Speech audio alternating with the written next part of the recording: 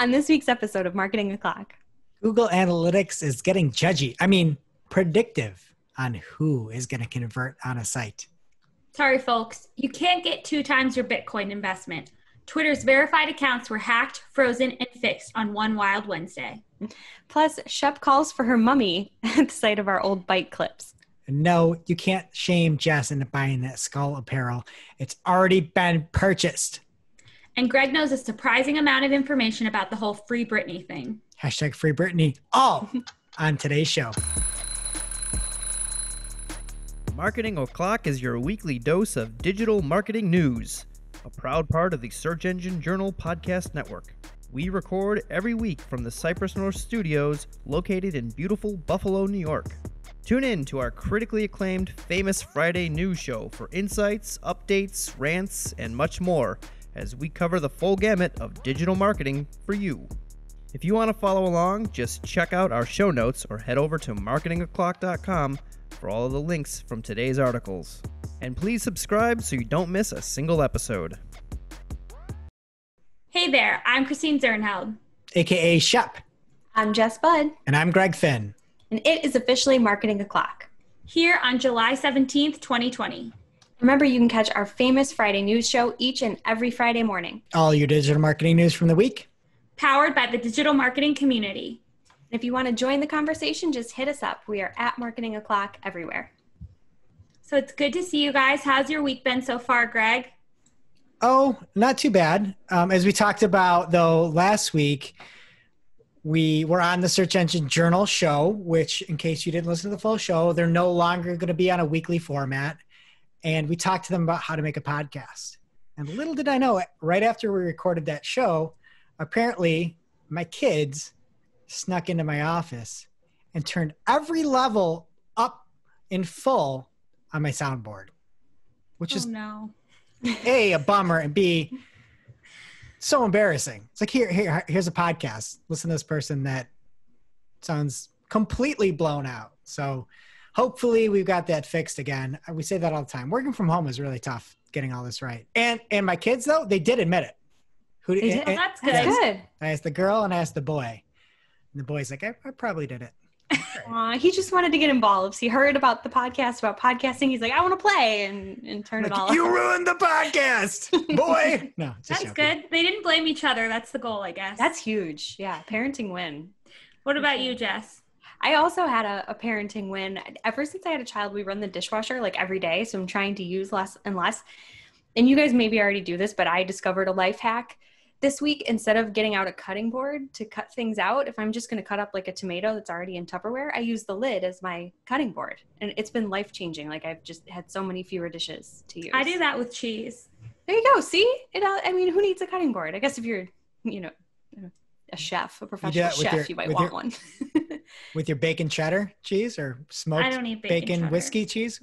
No, that was Jess. That was me. I like Gouda, so cheese. I keep the brick of cheese in the Tupperware and then I cut it on the lid. That's pretty good. Yeah. It's smart. Hey, did you guys hear about the French cheese factory? Oh, no. I feel a pun coming. You feel it? It exploded and there's debris everywhere. Oh, boy. That's terrible. Okay, well, and I was just going to say, I talked about my cousins, Babes and Leanne last week, and Babes and Mary, I think I talked about. Leanne's the other sister. I told them I'm a YouTuber and that they should check me out on my channel and smash the subscribe button. So just wanted to welcome them for listening, and thanks for the support, guys. And if anybody else wanted to subscribe, like Babes and Leanne, where would they go, Shep? The Search Engine Journal YouTube channel, no spaces. And you can check out our little clips of our main news stories too. We're calling them mini. And if you wanted to hear about how this podcast is made, you can also check out the Search Engine Journal show. We were on the last current episode of the Search Engine Journal show with Brent Satoris talking about how we go about making the show each and every week. And thanks again, for anybody that leaves us a review. We love it.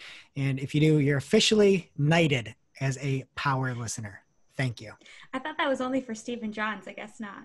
No, What is happening in the news this week?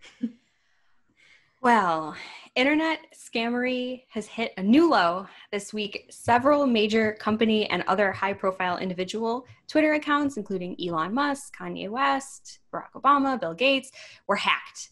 And this attack happened on Wednesday. Hacked accounts were used to post tweets essentially offering people the ability to double their investment if they dropped some Bitcoin into a specific Bitcoin address. Only for the next 30 minutes, some of these offers say. That wasn't real, what Joe Biden said? No. Oh, no. Seems like such a good investment opportunity. I know. I need my BTCs back now. I really hope, like, it sounded so fake. It was so obvious that I really hope that nobody fell for it, right? It's quite obviously a scam, and that's bad in and of itself. But the big deal here is that apparently it was internal employee tools that were compromised in the hack. So really, really big deal. And while investigating the issue, Twitter just said, we need to stop this. So they suspended all verified accounts from tweeting, changing their passwords, doing anything, except for Twitter support, of course, which is verified. And they were still tweeting because they had to tell everybody what was still up. And this was just crazy. It's unprecedented. This has never happened before. And the suspension also appeared to have impacted advertisers. Our very own power listener, Julie Bikini, aka Neptune Moon, on Twitter posted that she was unable to create a promoted tweet because, and quote, to quote, the notification she got, it looked like spam. And then Greg Finn tried to chime in and help Julie out, but he couldn't reply to her tweet because he's verified. So being the smart guy that he is, he used the Marketing O'Clock account to tweet at her and was able to help her out. Just nasty stuff going on Twitter. It's since been resolved, but this was just crazy pants. You guys don't know what it was like last night. I know. You don't have no idea So sorry. what it was like. No idea. Literally no idea. It was like the first time last it was night. good. It was good to not be verified for once. Yeah. It's just madness. Yeah, but to the point about that Julie had, it was for an advertisement, which is extra insane that you are trying to give Twitter money and you can't make a sponsored tweet. That's crazy. Yeah. And maybe they were just doing things fast, but I don't like the notification. It just said it looks like spam. Like it should have just said unavailable or something like that, because she was sitting there wondering how she could fix her creative, right? I mean, and that was not the problem. Mm-hmm. So.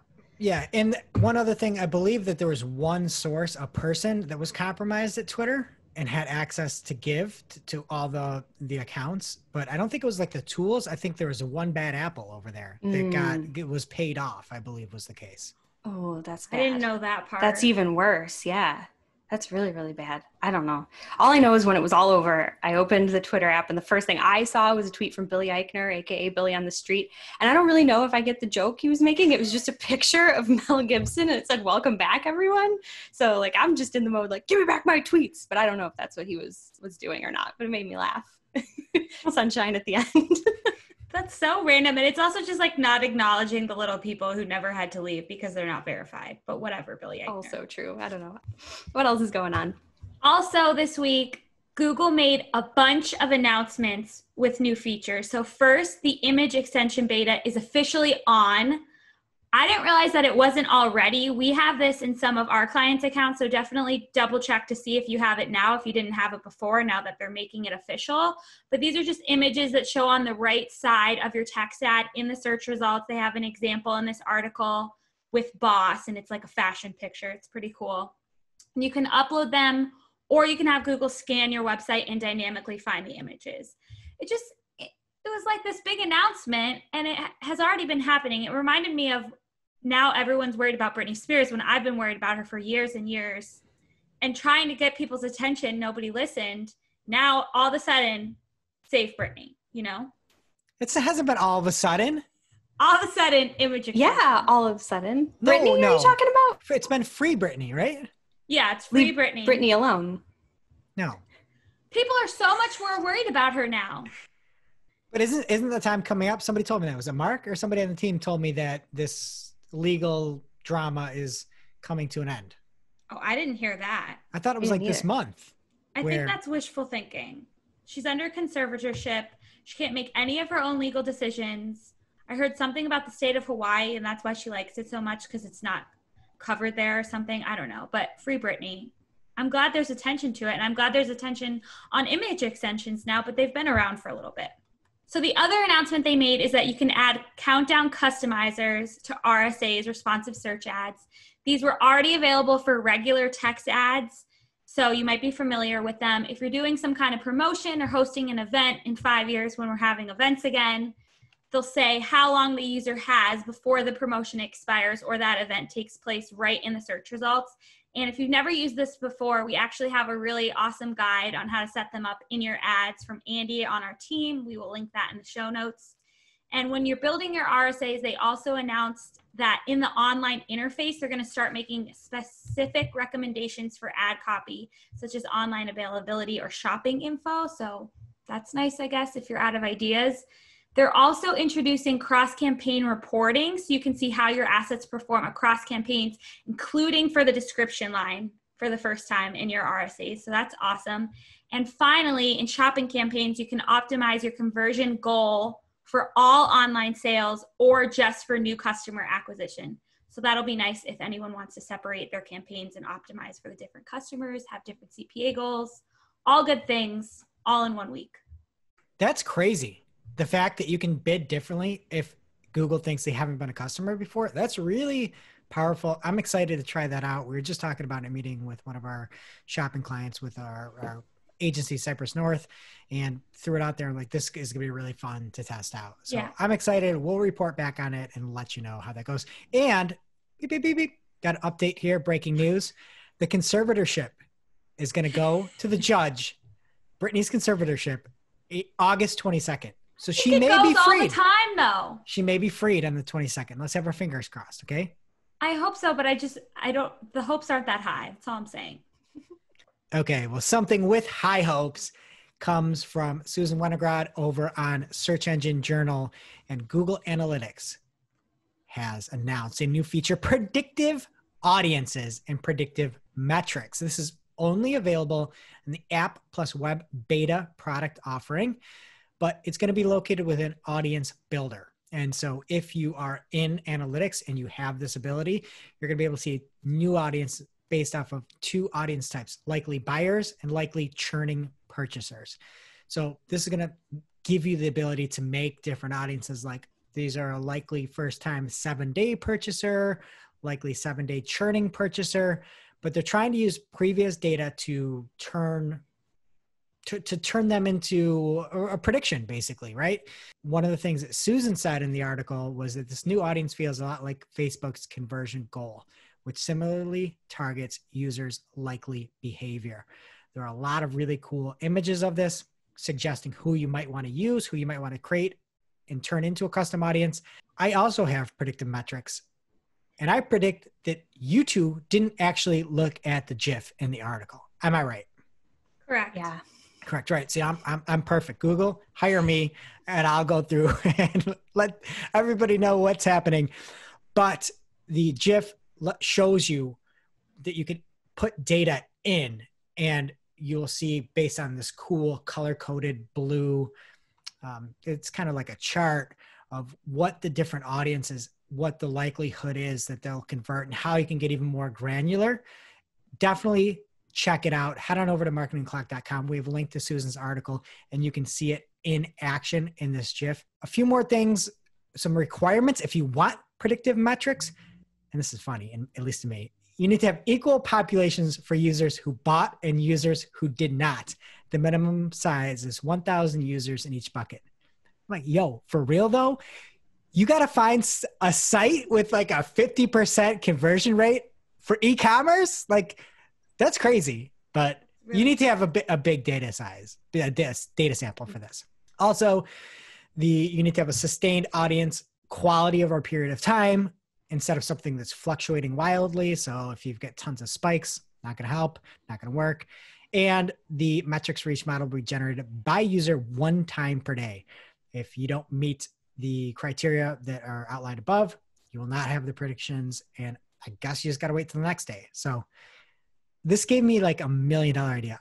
My brain has been on fire, but I got $1 million idea. Somebody needs to hack in. We got to get those people that got Twitter, hack into the predictive data.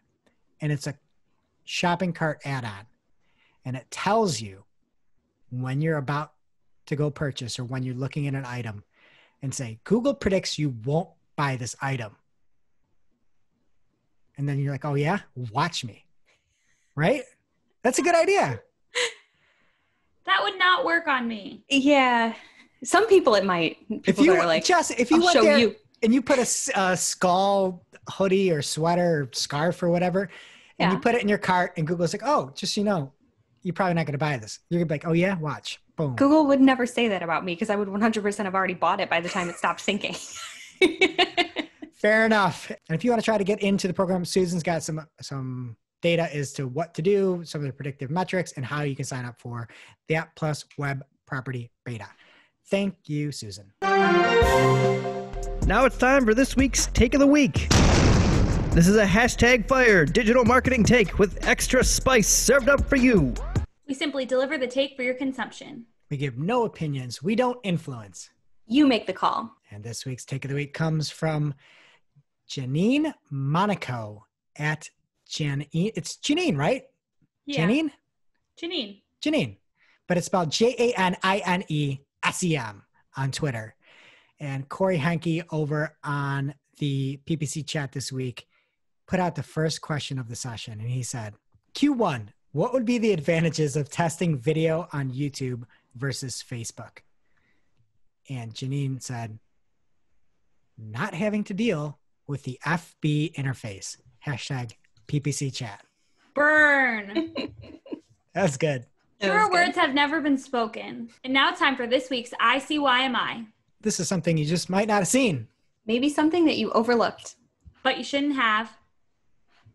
ICYMI, James Webster at PPC Webster said on Twitter this week, if you ever see a random drop off in products in your Google Merchant Center or just like that extra peace of mind, then make sure that you have the product protection setting on. I, Christine Zernheld, had never heard of this. So you can find it under settings, account settings, and product protection.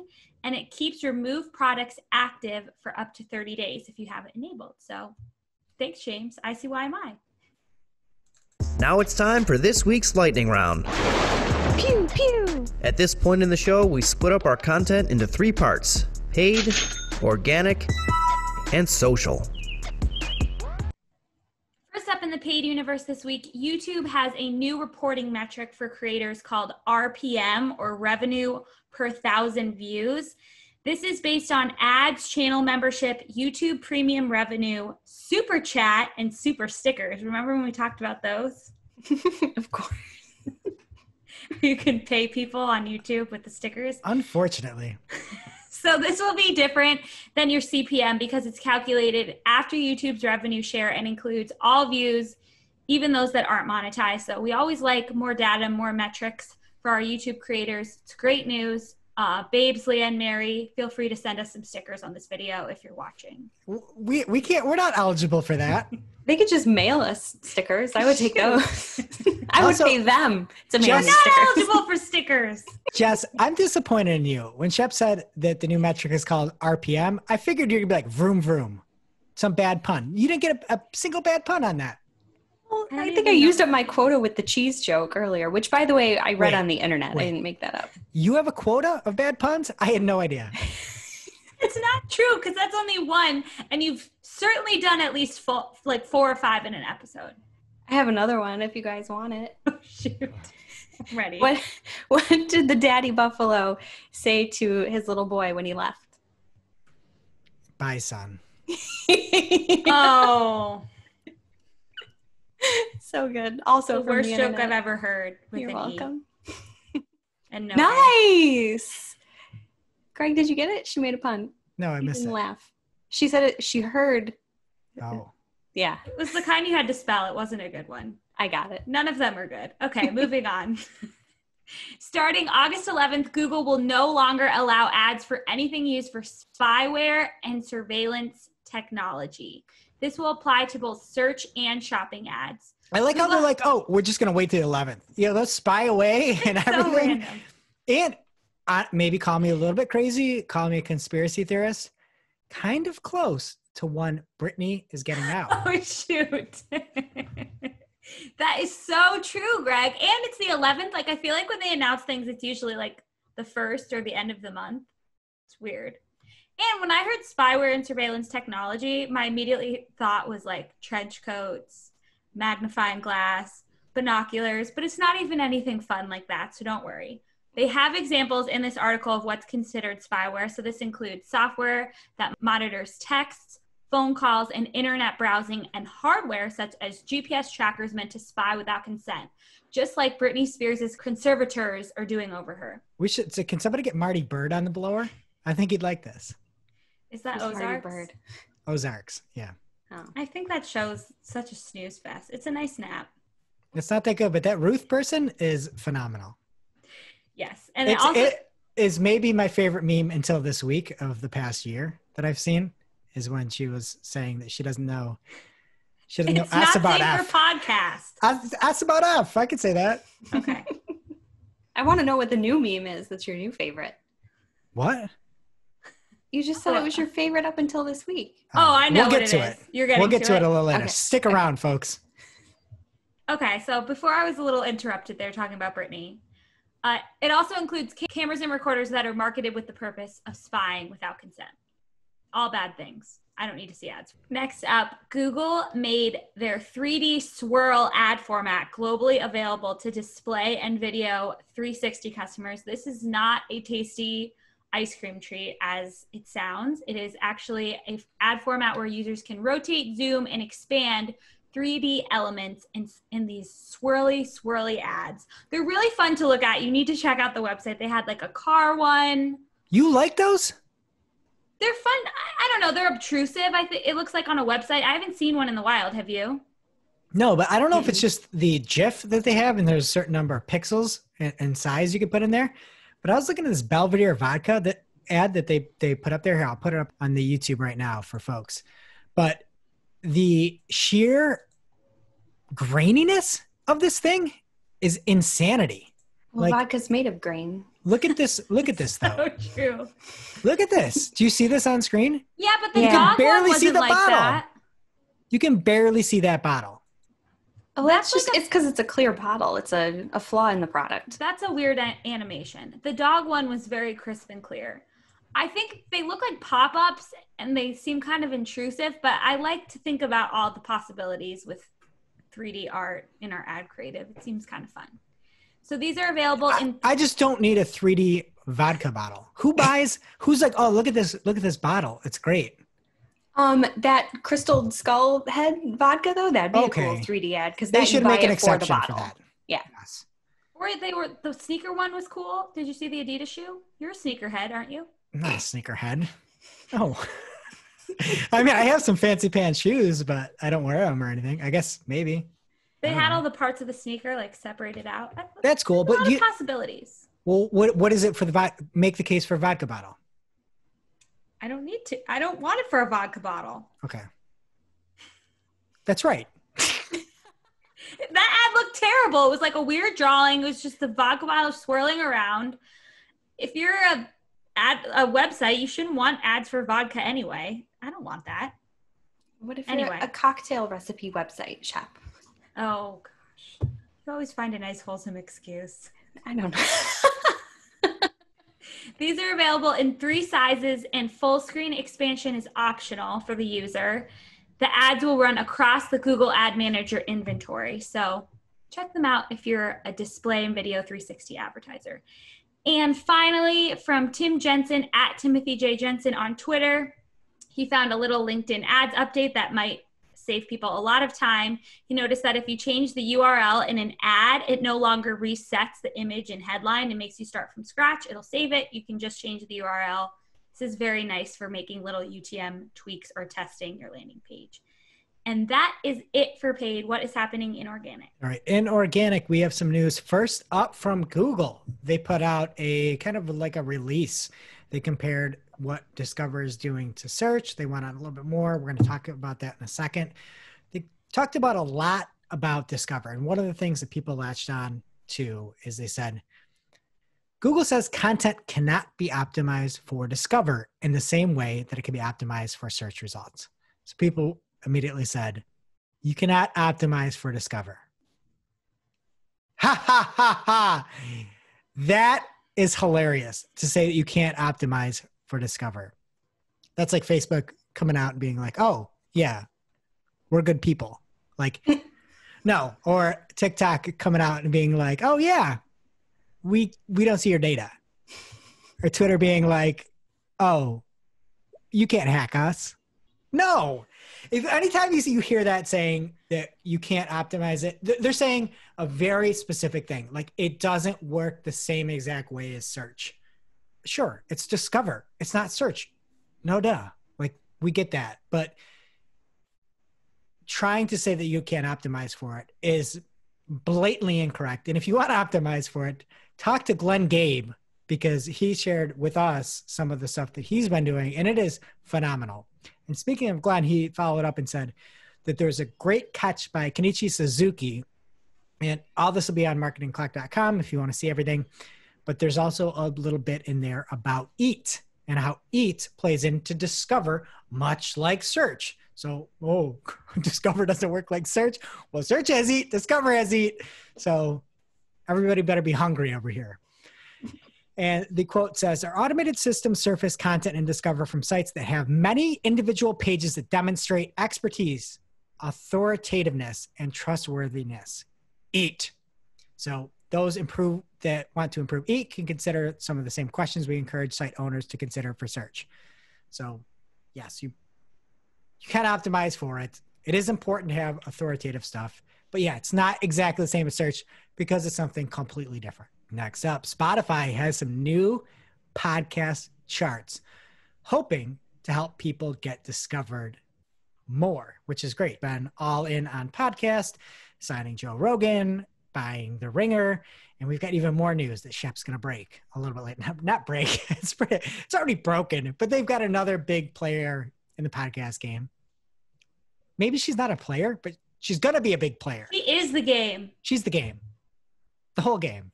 And she's coming to Spotify and will probably take top place on these charts. So there's going to be reliable rankings based off of Spotify's data. If you're a podcaster and you haven't signed up, Spotify is the best analytics out there. It is phenomenal. You can see gender information, age information, what songs people listen to. Jess, when you go out to find out what people are listening to, listen to the show recently. I'll share that a little bit later. That was great. And Shep, I saw your tweet that you had about this.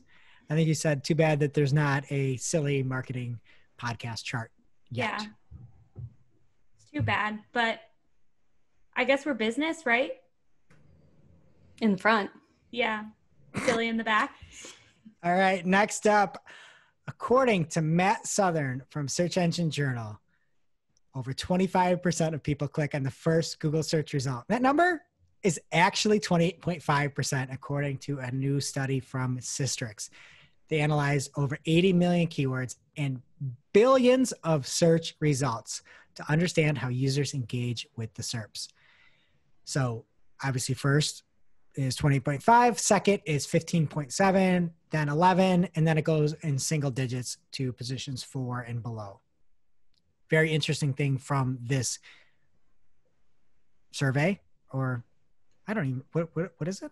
Survey? Study from the study is that when there's an ad in the search results, it reduces the click-through rate of that first position by 10 percentage points. So it drops immediately down to 18.9%.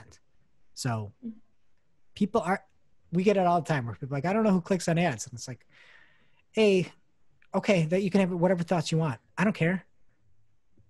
But people click on ads. Like, talk to Systrix. Get them on the blower. What do you want me to do? Did you guys click on the first result? If it is what I want.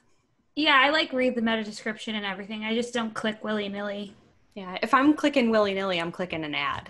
I'm also a big right click, open in a new tab, try multiple things. Wow. I didn't know that. Button. It's annoying. It's more clicks. I don't want to get carpal tunnel. Okay. I think it's 2 clicks either way, but who's counting? Not Shep. All right. Well, keeping it going with Discover, this was another article over on Search Engine Journal, and Google Discover is now showing large images for non-AMP pages. There was an issue with that not showing, It has been fixed. So if you want to be shown without being AMP, your images will now pull into Discover. I personally love Discover Images. I just shared in our show notes some of the amazing images that I get. And I actually love it when they don't match up with the story. I love it. Like I got one about White Claw stands saying that this seltzer is better than White Claw for sure. And it's somebody holding a credit card up. And then there's another one about Dr. Disrespect. I don't know who it is. And if he did something bad, I cancel him, whatever. But it's a guy with this crazy mustache and like hair. It's so funny. Is that Dr. Disrespect? Yeah, how do you know that's not him? That sounds like Dr. Disrespect to me. The thing that I love about the images in Discover is they usually are just probably 1 out of every 6 are just completely random. Like this person with the White Claw and they've got a credit card. We'll put it in the show notes over at marketingclock.com if you want to check it out. But and I know what that answer probably is. What? Do you know what the best seltzer is on the market now? You have the wrong answer to this. No, I have the right answer now. Okay, what? What do you say, Shep? Truly Citrus Pack. I keep it simple. See, that's incorrect. Specific. Jess, what about you? I don't really drink them. He's hardcore. Yeah. Give me that 3D vodka bottle. It's Blue Light Seltzer is really good. I tried the Bud Light one. I have not tried Blue Light. Blue Light. Wow. It's a Buffalo thing. Shouts to the bat. But it's really good. Surprisingly good. Is there a flavor you like that I should seek out next time I'm not buying these? You would appreciate mango lime. Oh, no, mango lemon. It tastes like a lemon cake or something weird, but it's good. Sounds like it's very surprising to me. You like your seltzers really sweet. Like you wouldn't even think you're a seltzer guy, but then you like the Bad Mermaid one that literally tastes like a Jolly Rancher. What are you talking about? Are you talking about the Cat and Jack? Yeah, I'm just surprised. Yes, Cat and Jack. No, it's hard like seltzer. Bon and Ive or something like that, right? Yeah, I would just, first of all, I wouldn't think you would drink a lot of seltzer, but then I think you got on them when you were keto season. Mm-hmm. But the flavors you went for were very surprising to me. So I don't think you would be able to guess Jessica's, personally. I know Jess. Jess would like mango lemon. I will buy some and drizzly them over to your house. I don't know, man. I would try them and tell you, but lemon to me usually tastes fake. I can get down with mango because mango's not too sweet.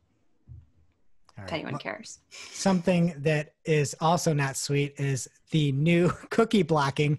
You can't get your sweet tooth going in Chrome 84. They're rolling out restrictive third-party cookie handling that can cause anything that is a third-party cookie not to set. And it can, if you listen to Roger Monti over at Search Engine Journal, it can result in loss of income or website functions that break. He said it, not me. If you are using third-party cookies or some sophisticated ad technology that is not intrinsic, it could have some issues. It is rolling out now. The big thing is Roger had an amazing photo header in this article. Photo? Did you guys see it? Photo implies this happened. Yeah. Who knows? I don't know. It's 2020. Who knows anymore? Of course, I wait for Roger's articles just for the beautiful images. And it's got a picture of milk running through with 2 straws. 2 straw milk. And the milk is eating a cookie and is running away from a chrome asteroid. Phenomenal. And he's eating one cookie and holding hands with another one. Like, come almost with holding me, hands. my next victim. He's a bad friend. But the cookies are so happy. It's so awesome. Yeah, how come the cookie he's eating is defenseless with no arms and legs, and the other cookie is walking around with 2 legs and holding his hand? He ate those first. He just, spun the cookie and ate the limbs on the outside, and then took away his options. That's what I would do. Yeah, this isn't a fun image anymore. I take it back. But if you want to see it, head over to marketingclock.com and you can check it out. Also, there is a new update to the Google recipe structured data. If you recall, back on July 8th last week, we talked about the fact that you need to now segment the video feed, the video structured data, and the recipe structured data. It's changed now. So now you can put together your structured data that includes video in your recipe structured data. If you want more information, you need to look at it yourself. Most people don't care about this. But basically, before they said you're going to need to make this in separate bowls, and now it's going to be a one-pan result. No? Did you guys see that? No? Okay. We need more information about your lifestyle before we can talk about the actual recipe, Greg. My lifestyle? Your life story. Oh, yes. Yeah. Isn't that how recipe blogs work? You got to tell us everything first. Yeah, it's a new field. Then the pans. Yeah, everything has happened in your life up until this date. So these days, to have a successful recipe blog, you've got to be a good cook. You've got to have a great storytelling ability and, exciting life stories. And you really have to be an SEO expert because things are always changing. And That's like a lot. Programmer. Yeah. Like you have to get it's crazy. You have to follow all these parameters that change every week. It's nuts. We ask so much of them. I know. But you know what? Surprisingly, we don't ask anything about their life, but they give it to us. All right. Next up, YouTube Studio is picking up a new analytics for artists by adding more engagement data. And this is a new goal of the new analytics for artists will give creators the most comprehensive and complete view of their audience, global reach, and performance across the platform. So there's going to be a new total reach metrics that incorporates views from videos uploaded to the official channel, as well as those that are created by fans, tastemakers, collaborators, people, old creepy people doing duets, and anything else that's uploaded to YouTube. So you can see how it's viewed separately on your channel or just the overall combined stuff. So I think that's cool that you can see how people are remixing, remaking, rehashing your music. The only thing is I'm kind of these people are making money off of me, right though? Yeah. This is my stuff. Shut him down. I'm not making money. I mean, it's spreading the word. What would Brittany think, Shep? I don't think she'd like it, but she hasn't released new music in a long time because she's under a conservatorship and they won't let her make her own business decisions. Well, August 23rd, look for that new album. And additionally, song detail will show all content, fan-created lyric videos, covers, dance videos, and anything on YouTube that about a particular track. So I love it. You're going to be able to see more if you're an artist. Next up from Barry Schwartz, Google alerts users to wear a mask on Google Maps. And it's just a little pop-up that shows you to wear a mask to help slow the spread of COVID-19. They should have another pop-up if you put in a bar that just says don't go. That would be helpful. Yeah, or if you're going to a hot spot, it's like, hey, don't go to Florida. Like, sure you want to go there? Like, are you sure? All I think about is what is it? National Lampoon's Vacation. He's like, well, they don't close the state of Florida. Like, little did he know, Mr. Wally. They do now. All right, and we are almost done here on organic. And next up is an article from Barry Schwartz. Again, this time it's over on Search Engine Roundtable, and there was a tweet, and the article is called Google, it is safe to keep 302 redirects up. Also noted, Barry didn't say it is a good thing to keep 302 redirects up, but John Mueller had responded to somebody that asked the question, hi, John, how long is it safe to use a 302 redirect? John said, why would it be unsafe? I'm sure some 302 redirects have been in place since decades. Like, yeah, you're not going to kill anybody with a 302 redirect. It's so sassy. I know. I don't know. Anyway, I got to say, though, I'm turning on their podcast. I forget the name of it, the Edge of Search or something. We'll put it in the show notes, but I Search off the record. Search off the record. I appreciate them doing this. I listened to some of it today. Jess, do you think you have bad puns? You might not win a Clocksker this year for bad puns because Search Off the Record is phenomenal with bad puns. There's not supposed to be anyone else in the category. It's supposed to be me.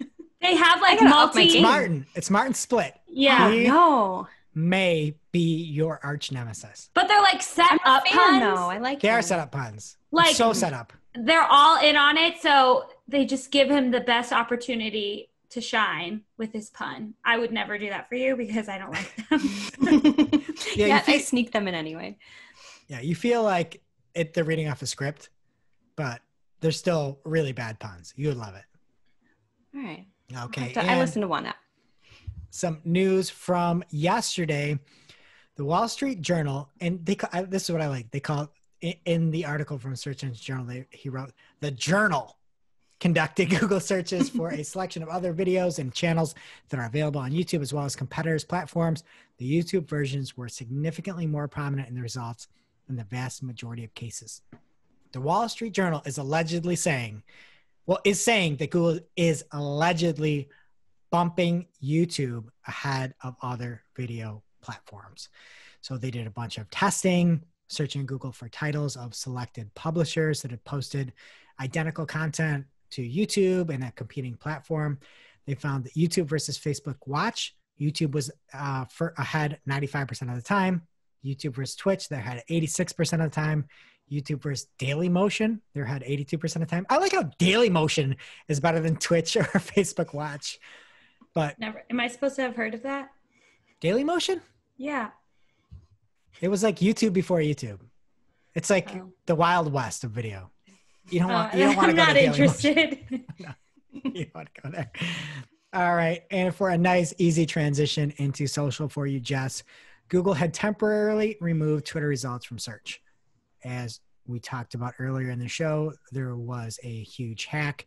And typically you would see full-on tweets from a verified user like myself in the search results showing up, and Google removed that because they couldn't trust it anymore. So, you know, what you would see pre-hack was maybe the last 3 tweets from somebody like Tim Cook, and afterwards it would just show Tim Cook's bio. So for whatever that's worth, Google's pretty quick on it, quicker than I guess Twitter fixing that. So cool. That's it for Organic Bud. What's happening in social? All right, well, let's stick with the theme of getting rid of things. Facebook is apparently considering a ban on political advertising. This is according to unnamed sources, aka the silhouette with the distorted voice that's always spilling the beans on true crime shows. So we don't really know who said this.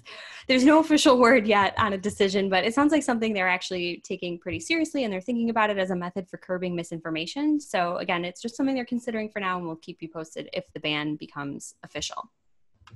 Also from Facebook, they are offering a new free online course. I think they call it an e-learning course for community managers. So if you ever wanted to learn more about things like making strategic content decisions for a community or engaging and moderating a community, things like that, you can check it out. It's free. It is there for you. Next up, Pinterest has updated their feed algorithm to help surface new pins and a broader range of content.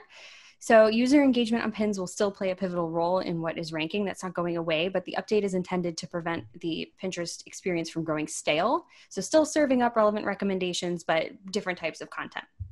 They have also added a new element of control where Pinterest can essentially choose to focus on recommendations of a certain kind based on how their goals vary over time.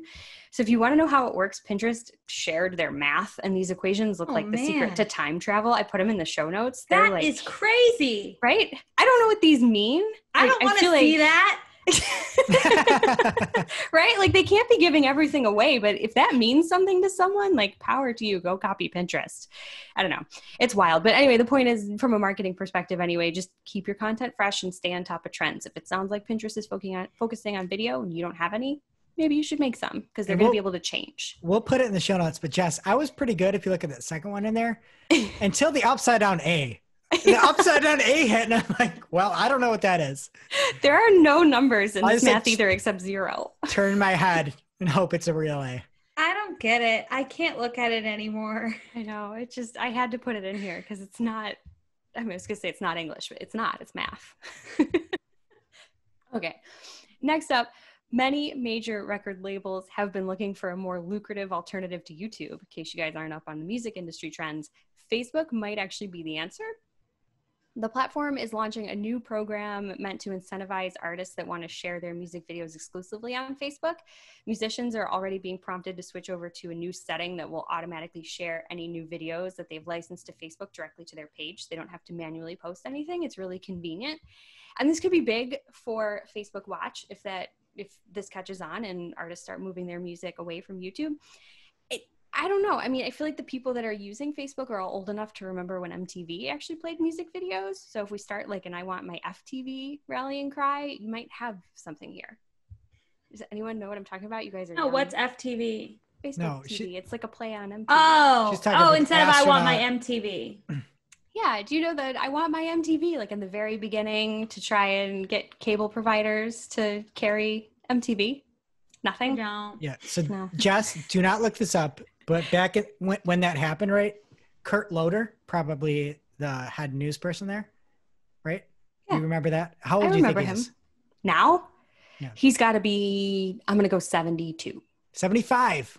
Wow. We're old. Because he was old even when he was young, right? Like, I don't know how he got that gig, but like Sway was super young and like all these other VJs and news reporters, but Kurt Loder was always a little bit older. That's the most brilliant thing I've ever heard. He was old even when he was young. So insightful, metaphorical. Just like us. All right, moving on. A new report has confirmed what I think most smart marketers, aka our listeners, already know. Consumers prefer different types of promotional content on different social platforms. So this is confirmed, y'all. You can read the article if you want more details. We'll have it in the show notes at marketingclock.com. But the TLDR is that user-generated content tends to be more influential on Instagram, while branded content is considered more authentic in places like Twitter and YouTube. So not to get scientific, right? But this feels right. Like if Starbucks is tweeting as Starbucks, it feels real to me. But I don't know. I feel like it'd be weird if they were sharing UGC on Twitter. So I don't know. This makes sense, but it's nice, I guess, to echo things we already know with data. But I see that in real life too, and it working really well. Like recently, I guess Facebook thinks I'm in the market for maybe a new mask, which I am. And there's a lot of these ads that have been spun up really quick. And it's like just somebody throwing a mask on, showing how it fits. And that's it. And it somehow, it really translates well on Instagram. It doesn't look forced. It looks organic. And it's, I don't know. Do you guys get any of those ads where they just look like somebody threw them together? No, I haven't seen that. Yeah, you get them in stories, I think, too, a lot of times. And it looks like a story. It doesn't look like they snuck an ad into a story. I think it makes sense. It translates well. Did you buy a mask from Instagram? You know, I'm all about shopping from social. I did not. So it didn't work that well. Not yet. I have to buy one. I just don't know what. Right now I use those little goiters that go over your face. Goiters? Gator. A gator. But you know They're what I not mean? allowed in Disney World. Really? Really? They're not counting. Yeah. So you have The to- mask. Their mask definition has like the word ear in it. It has to go around your ears. Well, I can pull it up over my ear. Pull it off? Yeah. They Wow. acted like gators were being banned at the gates, you guys. I'm sorry to tell you. I You'll just have love that you're up on Disney's policies on mask wearing. Oh, I'm fascinated. They should ban gators, not gators. It's They true. tried In to. Florida, they have a lot. Yeah. It's hard there. All right. A quick update on Twitter. We've been talking about them a lot today. They are rolling out a new message experience that pops up over your timeline instead of switching away from it. It's kind of like the Facebook experience when you're on the web. So if you're using twitter.com, keep an eye out for that. Do you guys remember Byte? Yes. Unfortunately. I say that so begrudgingly. Well, everyone I'm a else Byte remembers it celebrity. too. You are? Well, aren't Well, we yeah. all? We sure are. I have some images in the show notes. I re-downloaded Byte for this story. That might have been the worst thing I've done in my life. Same. we were trying, for those that weren't following us on Byte at the time, when it first came out, we were trying to do the news in 6 seconds. And so we made a Byte, and we'll put these screenshots in the show notes as well. We looked really cool doing it. Anyway, the app is experiencing a surge after the possibility of TikTok being banned. They had 126,000 global downloads in a single day last week, and 91% of that came from the US, which maybe doesn't sound like a lot, but I think they were getting something like 1,000 average global downloads a day before all this talk about TikTok started. So Byte might be the next thing. So keep it in mind anyway. I wouldn't say run over there yet. Like, we're not going to do a Byte this week, but just something to keep in mind. And finally, from the desk of Jess Budd and probably many other people around the world, when I opened Twitter this week, I was greeted with a message that said, "You're in control. Ads on Twitter are what keep our service free. To help improve which ones you see without increasing the number of them, you can let Twitter use information from our partners to better tailor ads to you on Twitter, as well as other website and apps." And you can say, yes, turn on personalized ads, or no, keep less relevant ads. I turned on personalized ads because I wanted to support our industry, but I just thought that this was interesting because there was all that talk last week about there possibly being a subscription service on Twitter. And I mean, maybe they are thinking about that, but I feel like then an option here would have been like, no, I'd rather pay and not see ads at all, but just interesting. It's also like going on. next level on opting, out of something where they're like, oh yeah, turn on the personalized ads or keep less relevant ads. Like, who's going to click that? I didn't click it. No, this is great marketing, right? They got their CTAs right. I'm all about Wish it. it was like their polls and we could see how many people clicked what. Ooh, I'd that's be pretty interested good. to know. I would too. Well, I clicked yes, turn them on. And that brings us to our real life segment, straight out of our accounts and into your ear holes. It's time for Working Hard or Hardly Working, where we talk about what's going on in our IRL work, good, bad, or otherwise. It is certification season for me. I have to re-up all my tests this month. Last week I complained about the Google Skill Shop, and this week I was looking forward to the Microsoft one because I think it's a little less salesy and more information-based usually, but they were talking so much about the LinkedIn job targeting, and it just reminded me that we've literally been talking about this for like 2 years, and we've just stopped talking about it to clients anymore because it feels like it's never coming, and they're acting like it's here in this test. So I went into my account and it's in there, like you can click demographics and then job function, but there's no job functions that come up. So apparently they're available for the audience ads, but not search. And I'm just losing out hope that they ever will be. Hardly working. What about you, Jess? I have another hardly working from the other search ad platform, Google Ads. So we had an account this week we had taken over from somebody else, and we set up all new campaigns with all new landing pages. Everything has changed. And we noticed that there were some dynamic call out extensions running still. So we went in and we turned those off. It's one of the first things that we do.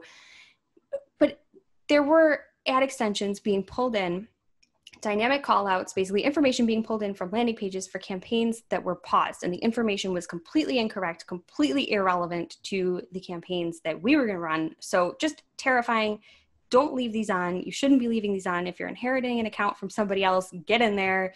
Just double check. It's dangerous. They're hidden. It's so hard to find. Yes, they're hard to find what them. they are. They're hard to turn off, but it is worth the effort because that would have been bad, right? Terrifying. Yes. Hardly working. What about you, Greg?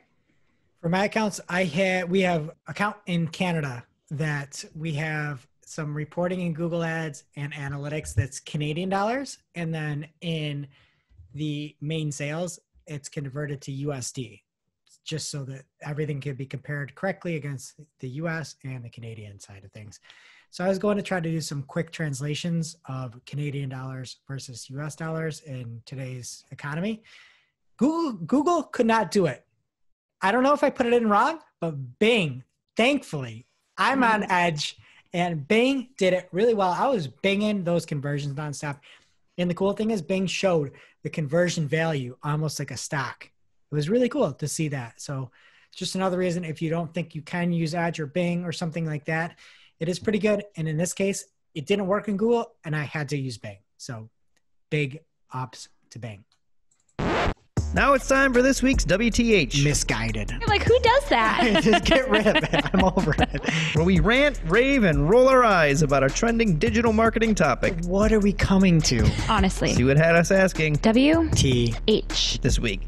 As we have discussed on the show, Secretary of State Mike Pompeo and President Trump have both talked about banning TikTok over security concerns in the United States. And the Gen Z and millennial users who love the app are obviously really upset about this, especially the influencers who rely on the app for income.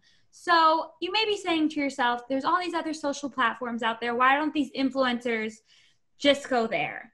And they are, as we talked about, people are signing up for Byte. They're trying to make Byte happen a little bit. Apparently Dub Smash is a thing too. Some of these influencers are going there, but there's a lot of great quotes in this article. You have to read it. And a lot of them are saying that Instagram and YouTube seem to be here to stay. So they're building their audiences more on those platforms. They see them as more of an enduring business decision. And that's the hard part of influencer, I'd imagine, is all of a sudden Twitter's like, Vine's gone and you're the Vine star and you're out. And, yeah, you had all these followers and now they're gone. And you're like, oh, I know what TikTok is. I know that they don't let people that are in houses that have walls that have a hole in it or a crack on the platform, or people that have physical disformities. Like we read that a few months back, and Mark was on the show at that time, and you are choosing to go with this platform that you know is suspect. Mm-hmm. What do you expect is going to happen? I mean, I feel bad for him in a way, but you need to diversify your portfolio, right? And most of the kids, it is kids being quoted in this article, which makes the quotes kind of funny, but it's also like sad. Like, I think this is going to be a big lesson for them. So of course, these talkers are retaliating, and a bunch of them posted negative reviews for President Trump's campaign app, and it currently has a 1-star rating thanks to the TikTokers' revenge. There's an amazing quote in the article, so I'm just going to read it. It says, "For Gen Z and millennials, TikTok is our clubhouse, and Trump threatened it. Lori Black, a 19-year-old TikTok user in California, told Bloomberg in an interview about the app ratings, 'If you're going to mess with us, we will mess with you.'" I love that, except for the fact that Trump could just cancel TikTok. But what are you going to do, Lori Black? Put an ounce of that energy into figuring out another platform, get a step ahead of everybody else, and there you go. Just go over Kids to Byte today. You know, we made it big on Byte. We have tons of followers there. And we had like 7 likes on that. Let me look back at the screenshot. Yeah. 7 bats. 7. Yep. And 1 rebite. I actually had a big breakthrough with TikTok this weekend. Like, I was laughing so hard at things that I realized I can never download it because it would be so detrimental to my life. There's some funny stuff. They have these lizard talks that are it's just like a video of a lizard in the street with like weird music in the background. Like, I didn't know it had that kind of humor. That's the kind of stuff I like to see. Or they had frog talks. Okay, so, we need you to download TikTok. I truly can't. I told you guys I'm already caught up on Instagram all the time. I've got to put the phone TikTok. down. No, TikTok. You're caught up on Instagram. We need to get you over to TikTok to report back. No, I need to throw my phone away. Maybe I'll try for a week and put a limit on it, but it's hard. Perfect. I can't do it. Perfect. Okay, and now on to our grab bag segments, the segments. And first up in show notes, we don't have any upcoming shows. MozCon was last week, but there is a new webinar out there from power listener of the show, our paid Glenn, over on marketingwhatsnew.com. He has the Right Stuff webinar. If you want to participate and join in, this seems like something that is free and great. So go check it out. It will be in our show notes this week. And it is the lead gen resourcing, choosing the right stuff. I mean, who wants the wrong stuff? Do you want that, Chip? Absolutely not. Okay. Nobody. All right. And then this week, going viral, we've got maybe the 2 best memes this week. So I want to know your thoughts on the cake meme. Jess? I don't know the cake meme. What? Cake meme. Everything is cake? I see people talking about it, but I don't know what they're talking about. Yeah, what are you talking about? Tasty put out a video that showed people, it looked like something very realistic, and then everything was cut into cake. And then so everybody started replicating it with like, we'll put it in the show notes, marketingclock.com, but people started replicating it with real people, and then people use video skills to like cut it into my head, and my head is cake, and everything is cake. It's great. I guess you had to be there because. So if you're a brand and you want to go viral, make a cake that looks real and then cut it open, you're viral. And then secondly, the mummy meme, where I forget what happened. It was somebody recreated in a 3D printer the oldest person ever found, it's vocal cords, and somebody remixed it. And they said, here's what the original mummy meme sounded like. And then it sounded like somebody yelling really loud. It's really funny. I did like that one. And so on Marketing Clock on Twitter, we redid the whole thing. You know what? I should just play it for everybody right now. Yes. And we used an outtake from the one, the only Christine Zernheld. AKA Shep. AKA Shep. And here we go. Were able to mimic Nessie Amun's voice by recreating his mouth and vocal cords with a 3D printer. It allowed them to produce a single sound. The first time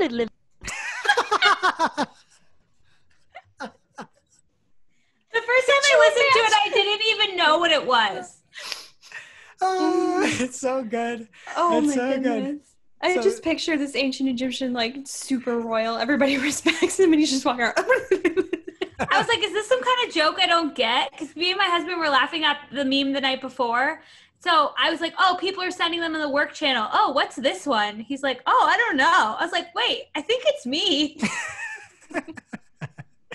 So, yeah, go viral. Put something from your company in there, and boom. We're just doing your marketing for you. What else do you got? That's some great advice. So I got an email today and I screamed because there's a Michelle Obama podcast coming to Spotify. Greg really doesn't like the description. It says, discover what's possible when we let ourselves be vulnerable, open up, and focus on what matters the most. I think it's going to be amazing. That's not the part. No. That's what you said. You didn't like it. You said you can't be vulnerable on a podcast. I didn't say no. I don't like liars. And I'm a big fan of Michelle Obama. Going to listen to this, but I don't like the fact she said, hear Michelle Obama's most candid and personal conversations. You think she's having those on Spotify? Yeah, the most personal. She would. Shep, have you had your most personal conversations on this show? I'm not Michelle Obama. She's a lovely person and would share anything with us. I'm so excited. I need nice headphones to just hear the soothing sound of her voice. I'm so excited. And retweet. Because you thought that there's no way you said that Kim Kardashian was getting paid more than Joe Rogan because he already had inventory. I want to know what you think about Michelle Obama. I'm going Joe Rogan's making more. I have to say that. It's $100 million. You've got an audience. There is a difference by saying you're taking this audience and bringing it over to people that are hungry and like this all the time versus saying you are one of the most notable female or most notable people in general. I don't know. Would love to know how much she's getting paid. I just can't imagine if she knows how much Joe Rogan's getting paid. You know what though, Shep? That is a very personal conversation and I'm sure we're going to hear it on the show, right? Personal conversation. Only if it's the most personal. If there's something more personal than that, we won't hear. What's more personal than finances? I'm sure that's coming. Listen and tune in. And our last segment here, we have extra spice served up just for you. You guys need to check out Mark from our team's recaps of our show every week. They're amazing. You can find him on Twitter at Mark_from_MKTG, like Mark for marketing. So this week he co-signed my rant about the Google Skillshop test. He said, I've said it once, I'll say it again. Skillshop is just a sales tool for everything they push in optimization score. At Shep Zernhout. Say it louder. Thanks, Mark. And now for this week's Cool Tool. As a reminder, our Cool Tool segment is not an official endorsement or paid mention. We're simply sharing something we found in our travels that may be of use to our listeners. And is really, really cool. This week's Cool Tool is for all the e-commerce folks out there. It is from Andrew McGarry of the McGarry Agency, and he and his team have built some wicked Google shopping reports in Data Studio. They make it easy for advertisers to spot underperforming products, look at industry trends, and more. And it's all automated using a custom database. If that sounds intimidating, don't fret. They're sharing the code resources and step-by-step technical instructions to make this for free so that you too can have your very own insight reports. It's really, really awesome. If you want to peek at the sample report or if you're just itching to get started and dive right in, we will have the link to Andrew's article in our show notes. So just head on over to marketingoclock.com and check it out.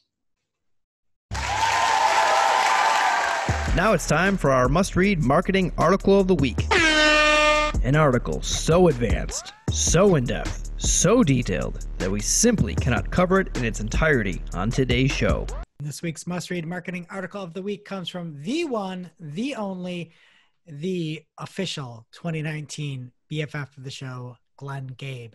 And Glenn put together a fantastic article about web stories. We talked about it last week. I really want to get in there and play around with it, but you know what? I didn't even need to because of how well Glenn covered this whole thing. So if you're on YouTube, you should be able to see this. He put down 12 tips and recommendations for creating your first story. One of my favorite things was the second tip he gave about really planning ahead with your storyboard. So he walks through A, how to do it, B, how to do it better, and then everything that you need to know how to even take it to that next level. In the video upon release, it looked like it was super easy to make these stories, but he kind of goes through the actual process. He gives you the real spit as to how to make these stories. He keeps it a buck. Have I said enough hip things yet, Shep? Or no? I hate all of them. But it's fantastic. If you want to try web stories, this is your go-to. And if you want to find the article, head on over to Marketing O'Clock. It is a fantastic reference, and anybody should bookmark it, save it, fave it, retweet it, whatever you need to do. Thank you, Glenn. All right, that does it for today's show. It is now officially not Marketing O'Clock. Remember, if you can catch everything from the show on marketingoclock.com. And while you're there, please be sure to subscribe so you don't miss a single episode. And we will see you next week. Welcome to this week's Shoot in the Heck, where after our famous Friday news shows, we don't talk about marketing anymore. We just shoot the heck. This week, we're playing the game that nobody never knew they needed. This game is called Extinct McDonald's Menu Items. I have 2 rounds of multiple choice for both of you, and I'm going to have 4 options, and you have to pick which one I invented, and the other 3 were really items on the McDonald's menu. In the United States. Oh, that's important because I hear it's different around the world. There's crazy ones around the world. Okay, so who would like to go first? Me. Okay. A, McRoast beef. B, McLobster. C, McSalad shakers. Or D, Eggs Benedict McMuffin. Do any of those sound appetizing to you, first of all? Well, 0. Oh, these are all meat. Well, no, salad shaker's not meat. Oh. Unless there's chicken on it. But I'm trying to guess the one that you made up. Yeah. It's got to be McRoast beef. That's that can't correct. be. Yeah. McDonald's would never. Darn it, bud. So the McLobster roll was introduced in 1993 and didn't last long. The salad shakers in a cup came in Garden Chef, grilled chicken Caesar, so that's the one you couldn't have. Shep, you're a fancy lady. What's your take on seafood? Oh, I love shellfish. I don't really like other seafood. I like sushi and shellfish. I would never eat a McLobster. I eat seafood when I can see water. Anytime, I don't. No, I kind of want buffalo seafood. No. Yeah, I'm totally with you. And somebody told me you're only supposed to eat it in months that end in R. Or you don't eat it in months that end in R. That's most months, though, Yeah, right? because that's when it's not fresh. I think it was days that end in Y. That would be every day. Also, the Eggs Benedict McMuffin had no poached egg, just hollandaise sauce. That sounds disgusting. Okay, Greg. That's terrible. Here are your options. A, fruit and walnut salad. B, fish McBites. C, mac and cheese. Or D, the Arch Deluxe. A. No, that really existed from 2005 to 2013, and I ordered it a couple times. Remind everyone what it was? The fruit and walnut salad. It was a real thing. There were grapes. I remember grapes and yogurt and walnuts. You know what, Shep? You didn't buy enough of them, okay? I just think McDonald's breakfast food is really gross and greasy. Like, I have a problem with it. So. And I just like a guilty pleasure that I have is the McGriddle. Egg and cheese and sausage McGriddle. Is that the one on the pancake? It's with the maple syrup like injected in. Sounds disgusting. It is disgusting, but it is amazing at the same time. For a while, they had cinnamon sticks. I would do that, or I would do the fruit and walnut salad if I went for breakfast. I thought that was BK, the cinnamon sticks. They both had it, a version. Okay. Wait, Jess. what was the answer? Oh, it's fruit and walnut salad. It's real. So the real one, the fake one, is mac and cheese. But I made it up. They should really do it. You put up the parts of the Big Mac in the mac and cheese. That's a good idea. It should be called Big Mac and Cheese, though. That's where you went wrong. What if it's not that big? Well, it should be. If it's mac and cheese, I was small is picturing not a side. Oh. Thank you for running my game, by the way, because I'm not going to post it again. Right. So I think Jess can win with the correct result here. Ooh, okay. Stakes are high. Again, because I didn't set up the game well. A, the McHot Dog. B, onion nuggets. C, McPizza. Or D, are you laughing or sneezing? I sneezed. I'm allergic to McPizza. Or D, Oh, no. McBerry Blast. I forgot the first two. I'll read them again. McHot Dog and onion nuggets. It's got to be onion nuggets. You made it up because you don't want me to pick it, because you want me to think it was real. Onion nuggets. They're real. Oh boy. What? And Well, Greg apparently- can steal. Fun fact for you, Roy Kroc said, like, over his dead body about hot dogs, he said, you never know what's in them, and the quality just isn't good enough for McDonald's. Well, I don't know who this man is, but has he met chicken nuggets? He was the founder. That's what I said, too. So the one I made up was McBerry Blast for that one. I think the onion nuggets sound kind of good. Thank you. Anything onion. Yeah, And I think it's pizza. Michael Keaton, right? No. Or is he the one that stole everything? What movie are you talking What? about now? The McDonald's movie. Multiplicity? Yeah, Oh, where it's the founder?